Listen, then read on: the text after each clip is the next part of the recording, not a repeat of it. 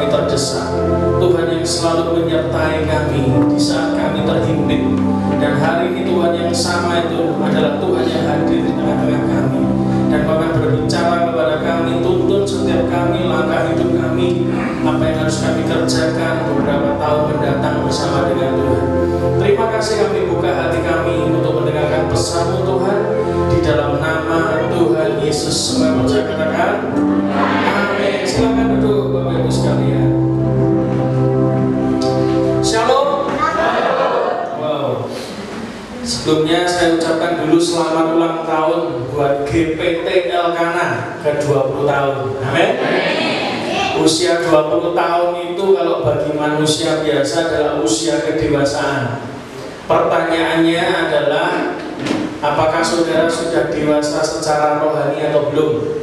Masih gampang tersinggungan atau belum? Masih, Pak. Nah, masih ya. Masih gampang kecewa apa enggak? Masih gampang cugetan apa enggak? Atau masih gampang irinan atau enggak? Ya sudah, berarti masih bayi. Ya, masih bayi.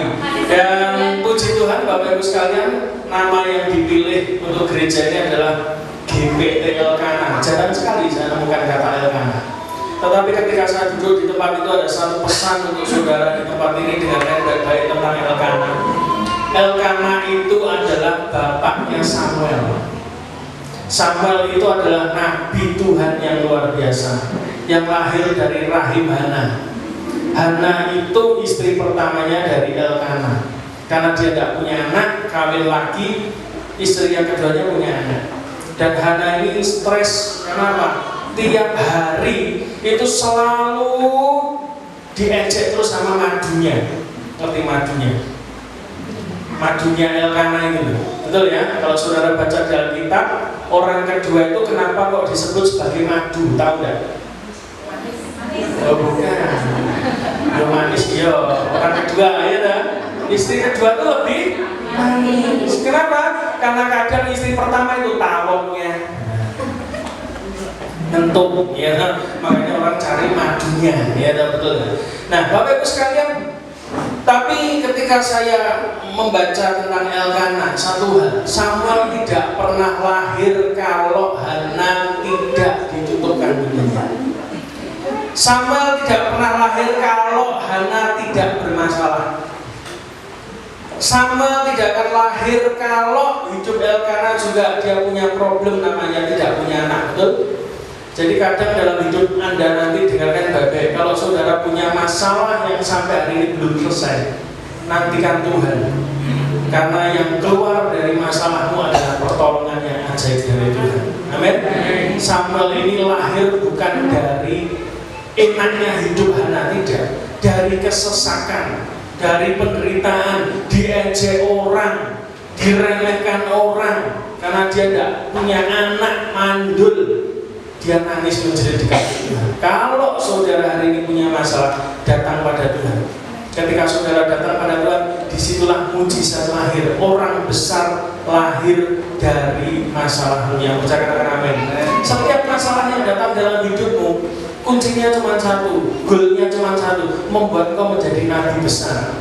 Engkau akan memberitakan firman Tuhan kepada banyak orang bahwa kamu ditolong Tuhan. Yang percaya katakan amin.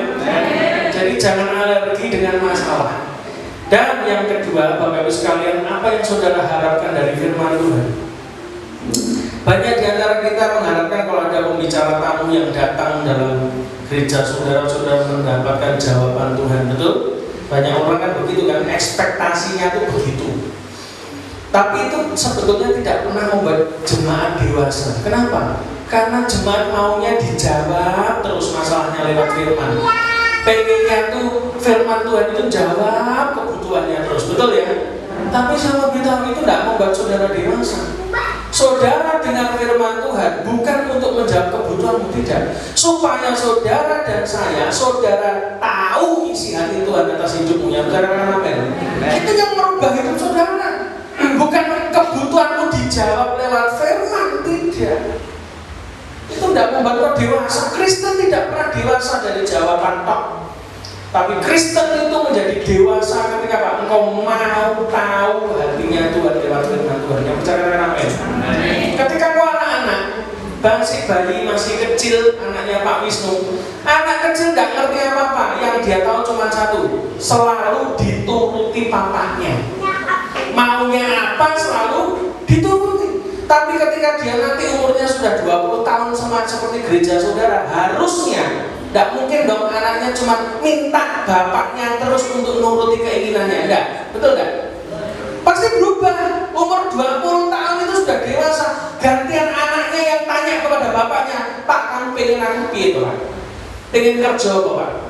Betul enggak? Mau tahu isi hati bapaknya kepada dia. Sama. Kalau saudara jadi gereja Tuhan sudah 20 tahun di tempat ini, mungkin wis koyoten, bangkoten, lumuten ya toh, saking suwene ya toh, di kursi yang sama, duduknya di tempat yang sama, datangnya di jam yang sama. Saya mau beritahu, itu tidak mubah saudara. Yang mubah saudara adalah saudara dengar firman, cari tahu maunya Tuhan dalam hidupmu, kerjakan waktu pulang. Dan yang ketiga, Bapak Ibu sekalian, untuk WL juga. Tadi saya sudah menebak ya, WL-nya selalu mengatakan apa? Selamat beribadah. Ya, amin. Salah. Ibadahnya nanti waktu pulang. Duh, ibadahnya bukan di dalam. Nanti waktu pulang Anda ketemu Pak RT, ketemu tonggomu, ketemu dulurmu ning omah, itu ibadah yang benar. Kalau di sini tuh cuma macak ritual. Makanya kan macai ayu-ayu gandeng-gandeng, betul kan?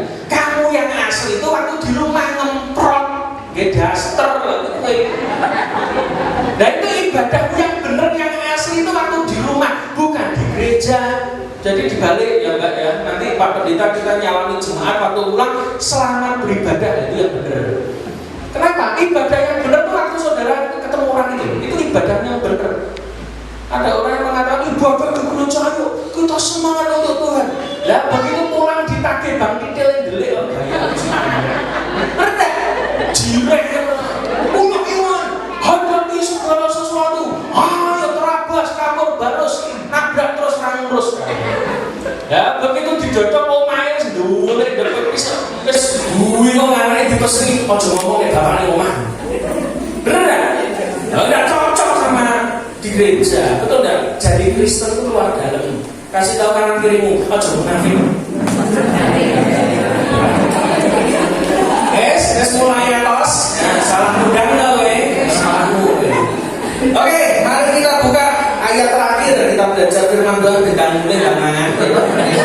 Dan membaon sing sawah dan tandur ya. Oke, mari kita buka ayat terakhir dalam Markus pasal yang kelima ayat yang kedua. Kalau saudara suka judul tema khotbah hari ini untuk ulang tahun saudara, spesial saya kasih sama oh ya Pak, jawabannya tak kasih tahu mandagi. Oke? Nah, yes. Oke, Markus pasal yang kelima ayat yang kedua. Ini ceritanya tentang orang gila di Gerasa. Oke?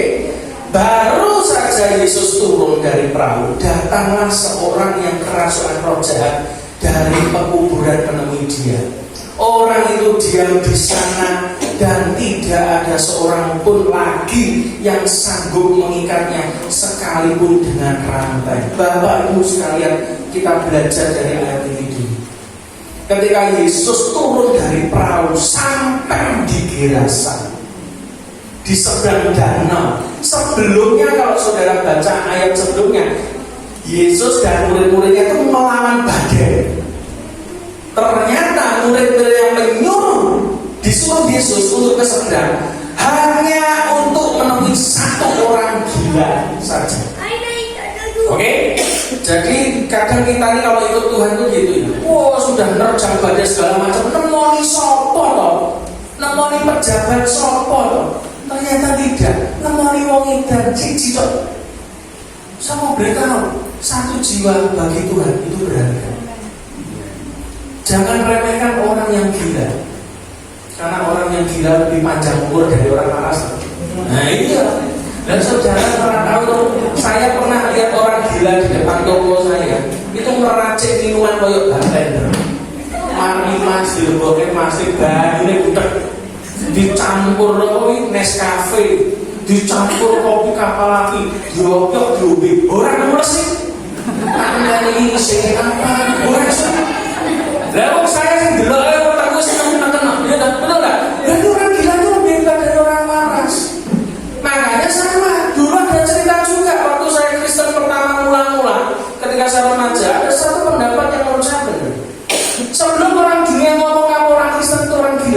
belum Kristen. Loh, bagi dunia itu orang Kristen itu gila. Percaya? Loh, gila, kenapa? Punya iman itu bahasa yang nggak dimengerti orang dunia. Contoh, anak kelahiran selamatan nyanyi keplok-keplok, bener gak? Bestonan, puji Tuhan.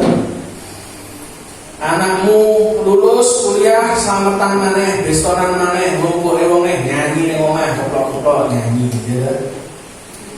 Anakmu kawin bestonan lagi atau keplok-keplok nyanyi maneh. Bahkan sampai keluargamu mati sik iso nyanyi keplok-keplok. Nah, bagi orang dunia, Kristen itu agama keplok-keplok dulu. Tepuk tangan dulu. Loh kenapa? Susah yo nyanyi, ya toh? Seneng yo nyanyi. Wis ora jelas-jelas, makanya disebut wong edan. Karena itu Bapak Ibu, kalau saudara belum disebut dunia orang gila, belum Kristen. Oke? Jadi kita tuh orang dunia ngomong golek sandal pangan angel, dan saya ngomongnya enggak golek sandal pangan tahun ini paling gampang ya dan loh bener ya? Loh orang dunia ngomongnya sama, saudara pergi ke pasar Sambat. Pasar hari ini sing rame bakul ora sing tuku. Bener enggak? Loh iya pasarku ngono. Betul enggak? Nah, betul enggak? Orang ngomong sepi. Loh saya ngomong dia sandal pangan gampang golek tahun ini. Orang ngomong edan, lu memang edan. Iman dan edan itu tipis kadang-kadang ya. Kasih tahu kanan kirimu, wes edan kok. Nek orang edan orang Kristen, lo bener ini. Lo iya dong. Orang edan di Alkitab tuh banyak loh. Contoh Isa. Di sini siapa yang petani? Angkat kaki, angkat tangan. Kok angkat kaki? Angkat tangan, petani. Bapak Ibu sekalian, kalau saudara punya sawah, syaratnya cuma satu, biar kudu ono banyune, bener enggak? Ya toh, ada airnya. Kalau kering nggak mungkin ada tabur benih mati hari. Betul? Baca di Alkitab, ada satu orang namanya Isa. Isa ini pada waktu tahun itu mengalami kekeringan. Alkitab berkata apa? Pada tahun itu Isa menabur.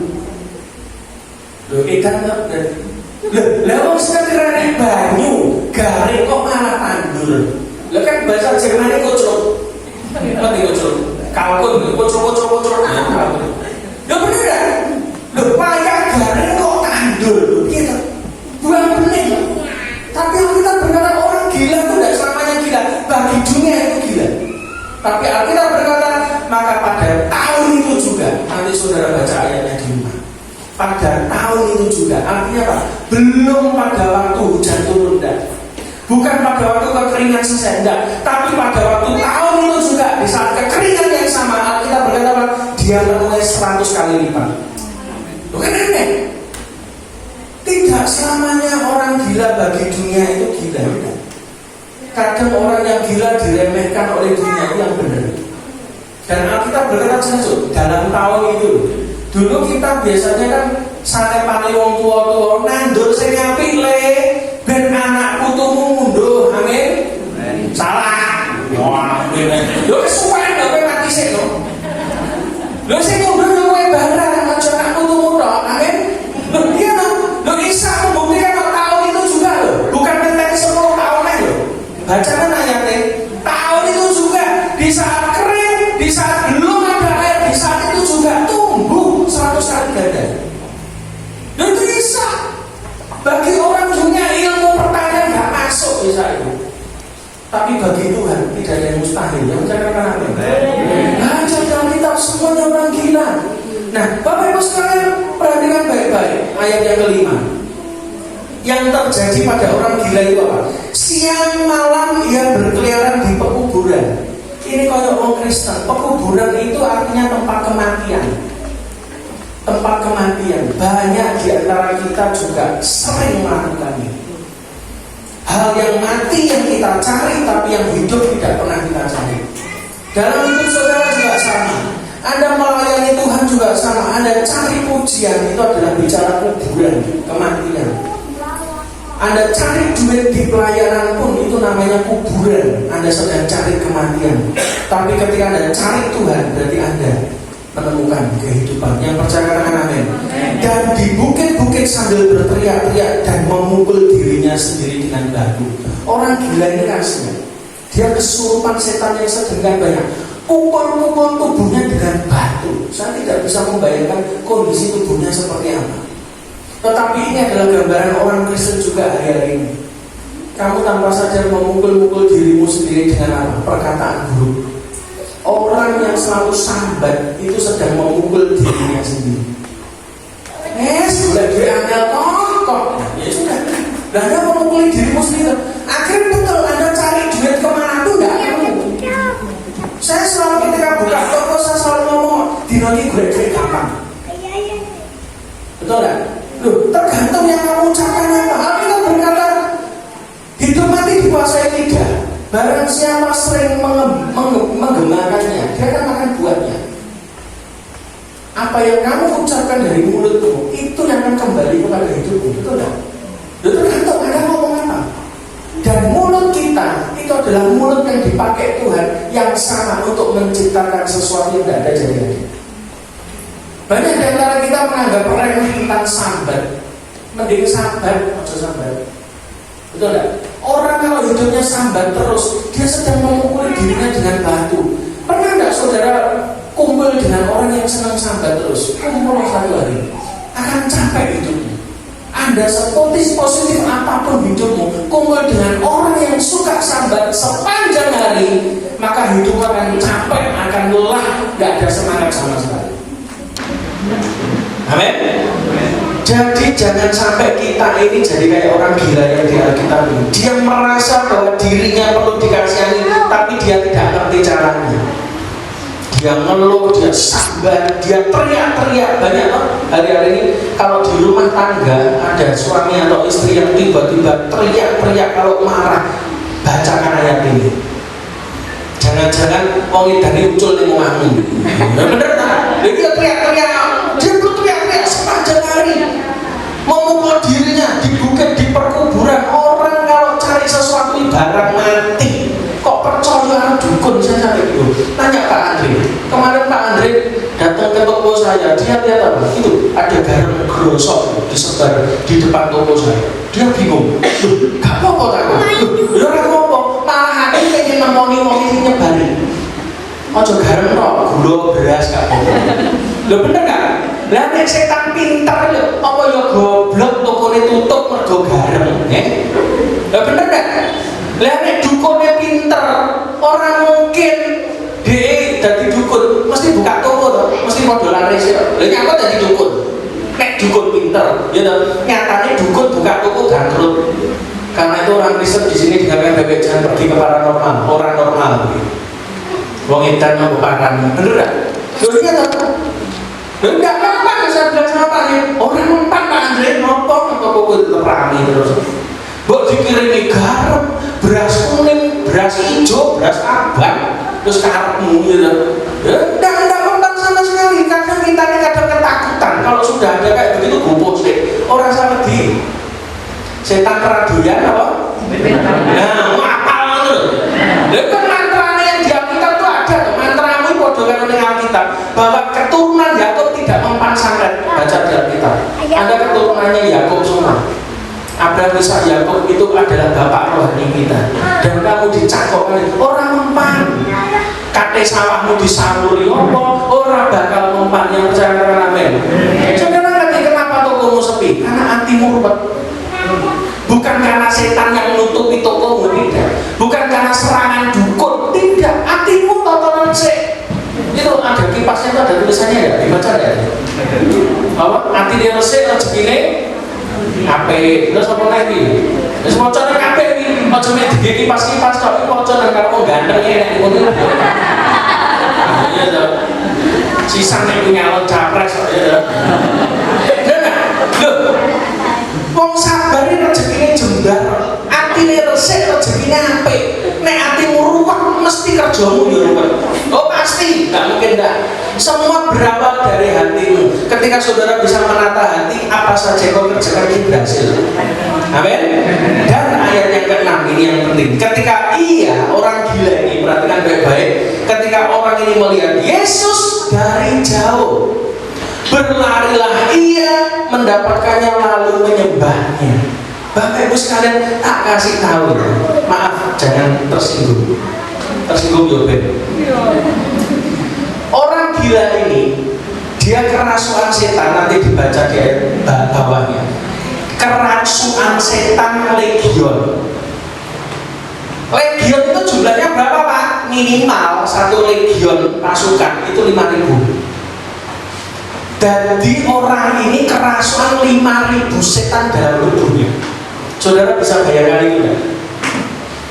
Betapa tersiksanya orang yang kerasukan setan. Dan kita berpikir orang yang kerasukan setan tidak mungkin datang ke gereja. Mau kerasukan setan, bener ya? Logikanya begitu. Tapi di ayat ini Tuhan tunjukkan saya sesuatu. Orang ini kerasukan setan 5.000 saja. Alkitab berkata dia berlari mendapatkan Yesus selalu menyembahnya. Tak balik sekarang.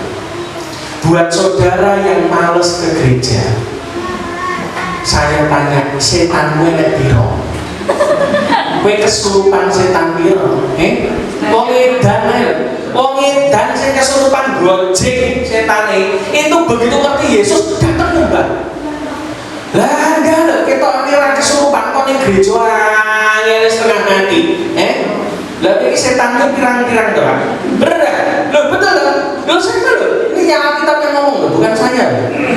Lah wong sing kesurupan 5.000 tetap datang pada Tuhan. Kok kowe yang kelihatannya sehat-sehat saja kok datang minggu? Males Pak, repot, kesel. Akeh becek. Alasannya ini. Bener enggak? Ditolak karena kirimmu sing bolos iki ya, setanmu piro itu kan saya. Bener enggak? Loh orang yang kerasukan setan aja loh datang menyembah Yesus. Lah kok saudara yang waras kok enggak mau datang pada Tuhan? Betul enggak? Kadang setan itu lebih pintar dari saudara. Dia kenal siapa Yesus, tapi kita yang ngaku anaknya enggak kenal siapa Yesus. Bener enggak? Belajar dari orang gila ini. Orang gila ini dia ngerti bahwa itu Yesus, dia datang, dia menyembah. Masa kita sekali seminggu aja kok bolos-bolosan? Ada yang bolos enggak? Banyak. Banyak. Oh enggak ada yang ngaku ya. Nanti bang pindah gereja, ya. Betul enggak? Kadang kita begitu, di tempat saya juga begitu. Kadang saya juga ngomong belak-belakan. Hari Selasa datang, mau datang teko mangan loh kan enak. Kok saya gak mau datang? Saya tanya itu ada berapa itu merasuni kamu? Ini 5.000 aja datang menyembah Yesus. Jadi kalau hari ini dengarkan baik worship tutupnya nyanyinya sudah jingkrak-jingkrak, saudara tapi tidak menyembah dengan segenap hati, pertanyaannya setanmu ada berapa? Ini 5.000, mungkin 15.000 mungkin. Betul nggak? Loncat ayat 9. Kemudian Yesus bertanya kepada orang ini, siapa namamu? Orang kesurupan ini, orang gila ditanya Yesus. Jawabnya, namaku Legion karena kami banyak. Kami legion karena kami banyak. Orang yang terikat dengan kuasa gelap, orang yang terikat dengan semua hal yang tidak benar dalam hidupnya, dia mengalami penderitaan. Hari ini saya bisa lihat orang ini kenapa kok sambat terus, pasti ada ikatan dalam hidupnya. Tidak mungkin tidak. Orang yang dibebaskan Tuhan, dia akan bebas untuk melakukan apapun bersama dengan Tuhan. Ada orang berkata, lah ngerokok nek jadi Kristen ngerokok kok gak oleh toh kan? Berarti kan kita jadi terikat, tidak boleh bebas ngerokok. Gitu. Loh karena kamu jadi Kristen kamu bebas tidak merokok lagi. Wale. Betul nggak? Buktinya apa? Ayo coba yang merokok sedina orang rokok betah orang betah. Kok tanda itu terikat toh?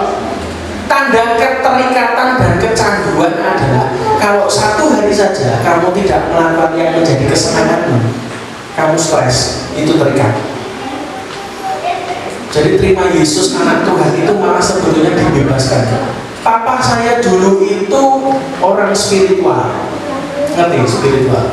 Jadi ya hobinya jelas rokok karena ketemu dengan teman-teman gitu. Ada anak datang jatuh kepalanya bener.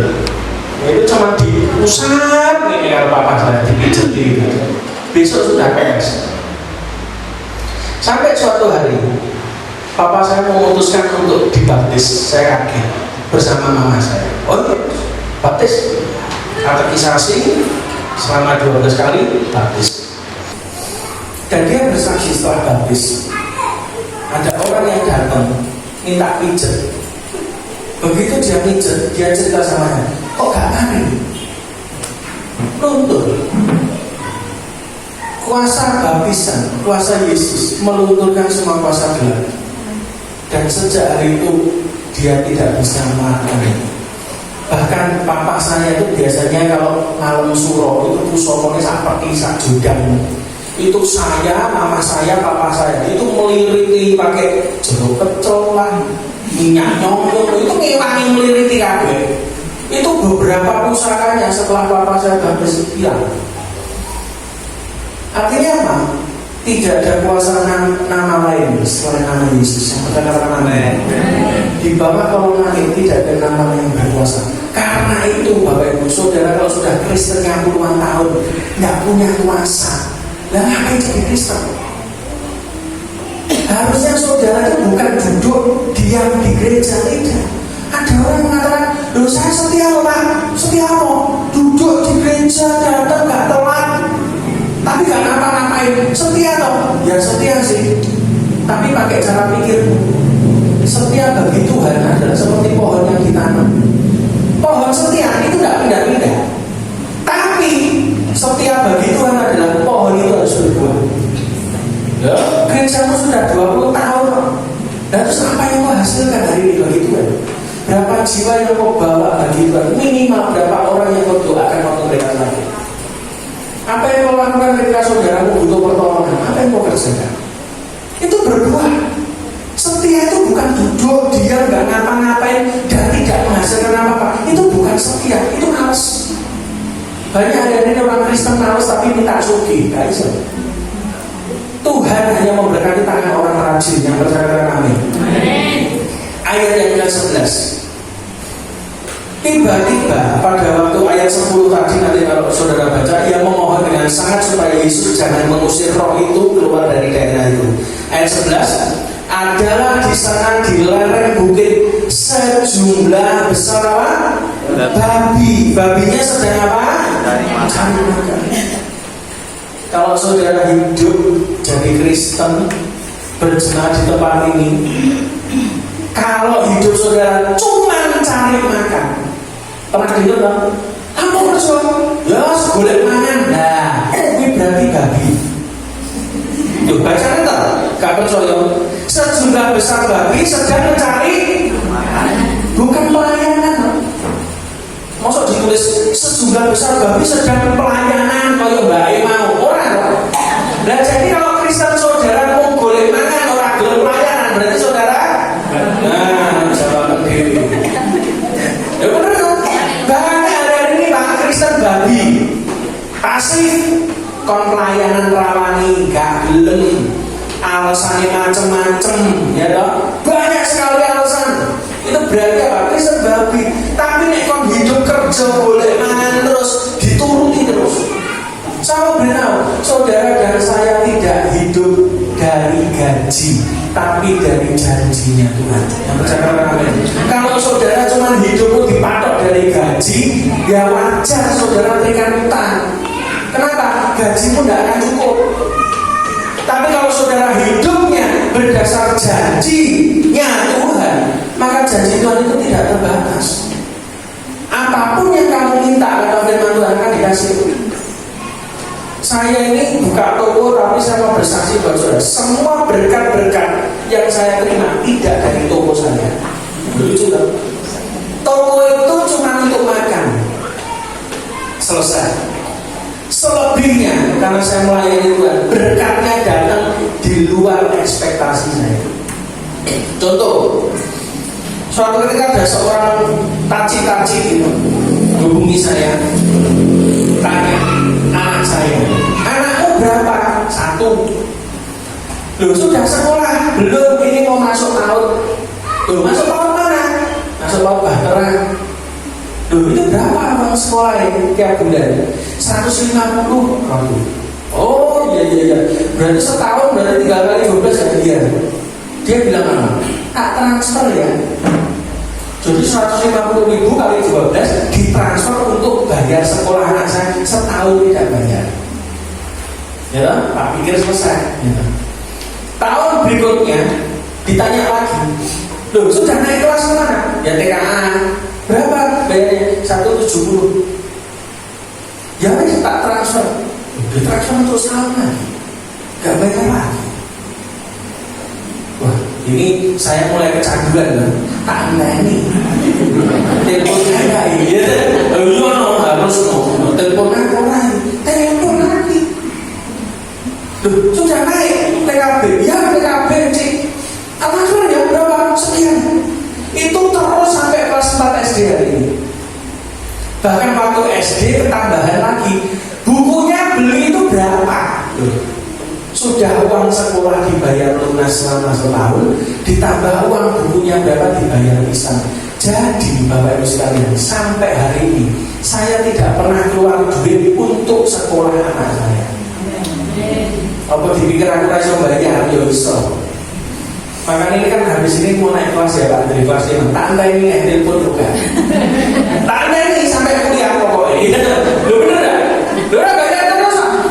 Ayo, lu saya mau usaha. Tapi saya mau bilang berkatnya tidak bisa diukur dengan apapun. Berkat yang datang dalam hidup saya tidak dari bisnis saya, tidak dari gaji saya, tapi dari janjinya Tuhan. Yang percaya katakan amin. Pada waktu COVID kemarin juga begitu. Semua orang jual rumah, betul nggak? Jual rumah. Semua orang jual rumah, jual aset, jual pabrik, ya toh. Tokonya tutup. Kenapa? COVID. Restonya juga tutup. Saya juga terdampak. Resto saya tutup. Kenapa? Karena nggak laku, nggak boleh makan di tempat kan, susah. Sampai akhirnya suatu ketika istri saya punya mimpi, kapan bisa beli rumah? Saya bilang mau coba beli. Jalur Tuhan, enak kan? Oh sih gratis hanya untukku. Kasih tahu kan ilmu, minta Tuhan untukku. Nah, tak jadi gratis aja dan bapak-bapak yang saya juga begitu, minta Tuhan, gak satu. Suatu ketika ada seorang pengusaha di Gresik, dia telepon saya, ngobrol, lalu dia rencana pengen beli 2 rumah karena ada perumahan baru yang akan buka. Oke. Dia cerita, terus akhirnya dia bilang, itu jejeran rumahnya, perumahan baru. Saya tidak tahu akhirnya ternyata perumahan ini jadi mahal Pak. Kenapa? Karena daerah situ Jokowi meresmikan smelternya Freeport di situ. Tanahnya jadi naik sekarang. Waktu itu saya belum tahu. Lalu si pengusaha ini akhirnya ngobrol-ngobrol, lalu suatu ketika telepon lagi. Bisa pinjam KTP enggak? Udah apa sih? Tak gawe ben omahku tukune sitok KTP ku sitok milih KTP ya. Nanti yang bayar aku semua. Semua biaya aku semua. Oke. Oh ya wis lah. Mungkin ada pertimbangan lain ya. Ya wis KTP ku tak foto tak kirim. Lalu saya tanda tangan ke BCA. Pakai atas nama saya. Selesai. Lewat 2 bulan kemudian orang udah rahim. Orang ini telepon lagi pengusaha. Ini ya, omahnya si Tok PN. Loh kagetnya. Loh, apa ceritanya ini? Loh kok tidak? Loh kayak ini, apa? Gelem mau gak? Oh ya gelem. Dikayak itu, maksud tak jawab orang. Kalau dikasih jangan jawab orang, ini gaya. Ngerti? Nah, dikayak apa? Nah itu semua yang bisa terus sampai tarik mana? Oh no, caranya tak ajari. Ngerti? Ya ngomong nanti, lalu dia berubah pikiran gayanya. Oh jangan, orang Jawa kan bisa gitu. Oh boten tapi tangannya narik terus gak dicocol di lapangan jatuh. Wes langsung nggih, ngono lho. Ngerti? Oke? Oke, saya bilang gitu. Sampai hari ini saya cuma tilik rumah itu 2 kali. Yang pertama setengah jadi, yang kedua sudah jadi.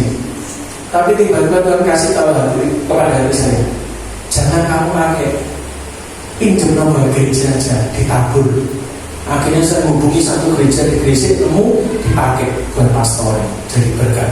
Ya kan, dan ngapain saya tidur di Gresik? Madom, untuk mengumpulin cakupan. Ya kan, akhirnya itu damai sejahtera dan semua itu mana-mana. Di Madiun Kota itu saya tempatnya di Cakupan, Rodok Desa. Madiun Kota itu sekarang kotanya sudah mahal.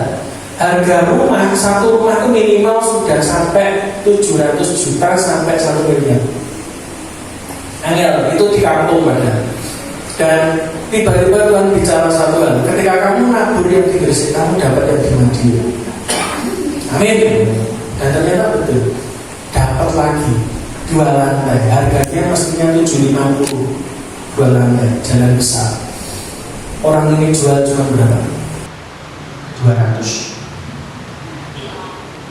Enak kan? 2 lantai cuma 200 juta. Gede, padahal pasarannya 750. Waktu pergi ke notarisnya bingung. Ini beneran apa enggak dapatnya segini? Loh bener, lah wong enek. Betul kan? Semua itu kita nemu. Kalau kamu itu kerja, jangan patokan sama gaji. Jangan kerja, jangan mau cari makan. Ikut Tuhan itu tidak untuk cari makan, cari tahu kehendak Tuhan, kerjakan dalam hidup. Kenapa hidupmu kekurangan terus? Karena kamu hidup cuma cari makan, persis kayak babi, cari makan terus. Saudara ngerti tidak cari makannya di mana? Tak kasih tahu. Ayat 12. Lalu roh-roh itu meminta kepadanya katanya, suruhlah kami pindah ke dalam babi-babi, biarkan kami memasuki. Orang kalau hidupnya cuma cari makan terus, gampang kerasukan setan. Kenapa? Setannya mau masuk dalam hidupmu. Orang cuma duit terus yang dicari. Anda tidak pernah cari Tuhan, maka percayalah yang datang adalah mamon dalam hidupmu. Orang yang gampang kerasukan adalah orang yang hidupnya cuma cari makan. Ayat 13, Yesus mengabulkan permintaan mereka, lalu keluarlah roh jahat itu dan masuk ke babi-babi itu. Kawanan babi yang kira-kira 2000 jumlahnya terjun dari tepi jurang ke dalam danau dan mati lemas. Bapak Ibu sekalian, ini yang terjadi akhir hidupnya. Saya berdoa setiap saudara di tempat ini jadi jemaat Tuhan yang sehat. Tidak ada spirit babi di tengah-tengah kita. Makan babi boleh, tapi jangan hidup kayak babi. Orang yang hidupnya kayak babi, dia cuma cari makan, dia tidak punya visi. Harusnya tempat ini, kalau saudara sudah puluhan tahun di tempat ini, sekarang mulai masing-masing doa tanya Tuhan, apa visi Tuhan dalam hidupmu. Banyak saya temukan jemaat Tuhan di gereja Tuhan, hidupnya bertahun-tahun Kristen, tapi di saat yang sama sebetulnya rohnya mati. Kenapa? Dia tidak punya visi. Orang yang tidak bisa lihat ke depan, masa depan yang Tuhan taruh dalam hidupnya adalah orang yang mati. Hampir saya temukan banyak orang tubuhnya di gereja, tapi hatinya tidak pada Tuhan. Tubuhnya di gereja sih, ibadah di gereja, datang terus di gereja, tapi tidak nangkap sesuatu. Engkau tidak bisa lihat visi yang jauh ke depan. Harusnya kalau sudah umur 20 tahun, anggap aja setahun 10 jemaat. 20 tahun harusnya sudah 200 jemaat. Tiap tahun itu ada melipat ganda, ada berbuah terus. Pohon itu ditanam untuk berbuah, dan buahnya yang menikmati orang lain, bukan pohonnya sendiri. Kalau selama ini gereja saudara, ini waktunya untuk bergerak keluar. Jangan puas dengan apa yang ada. Jangan mudah puas. Buat saya tidak puas kalau gereja cuma biasa-biasa dong. Kita dipanggil bukan untuk yang biasa-biasa. Amin. Anak Tuhan dipanggil bukan jadi babi, bukan jadi orang gila. Tidak. Kita dipanggil jadi muridnya Yesus. Tadi saya ngomong sama Pak Pendeta, kalau khotbahnya tidak berani nyinggung jemaat, berarti kita ini memperlakukan jemaat sebagai tamu. Tamu itu tidak boleh disinggung. Tapi kalau saya kepada jemaat saya tidak perlakukan mereka sebagai tamu. Saya perlakukan mereka sebagai murid. Kalau murid itu ya diajari disiplin, sungguh-sungguh hidupnya, tidak sembarangan. Kalau dosa ditegur, kenapa? Saya ngajari mereka jadi murid. Percuma saya mengumpulkan tamu, buat apa?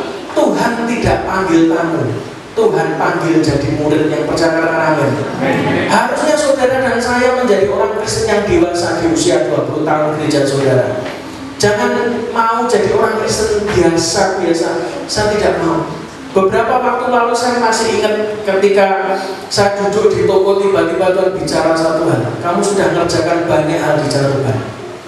Jemaat saya itu kebanyakan orang-orang yang tanda kutip rusak total, terikat hutang pinjol puluhan. terikat utang segala macam, kawin cerai, tiap anak suaminya beda-beda loh, coba pitik loh. Itu datang ke saya semua.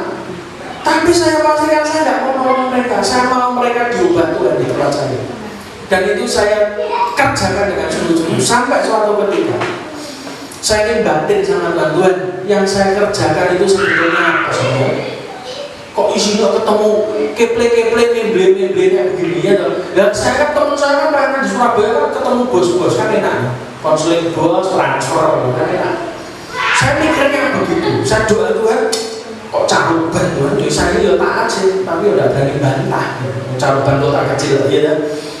Sampai suatu ketika Tuhan bicara satu hal, nanti habis ini kamu akan pelayanan kemana-mana. Saya kaget. Pelayanan kemana-mana? Saya tidak tahu. Dan tapi tiba-tiba dikasih visi itu. Lalu saya langsung masuk ke kamar istri saya bilang, ya, aku balik pelayanan kemana-mana.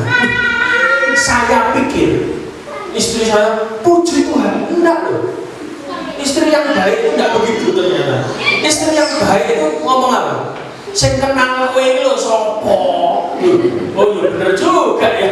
Lah nek aku kok ben iki diundang ya. Lah iki sapa? Lah ya iki sapa? Saya kembali lagi. Saudara ngerti? Enggak lewat 1 minggu. Handphone saya bunyi terus. Banyak pendeta-pendeta yang enggak tahu dari mana hubungi saya untuk undang khotbah di gereja. Itu saya iakan semua. Iya. Itu Ferry yang nyoting itu, yang ikuti saya terus.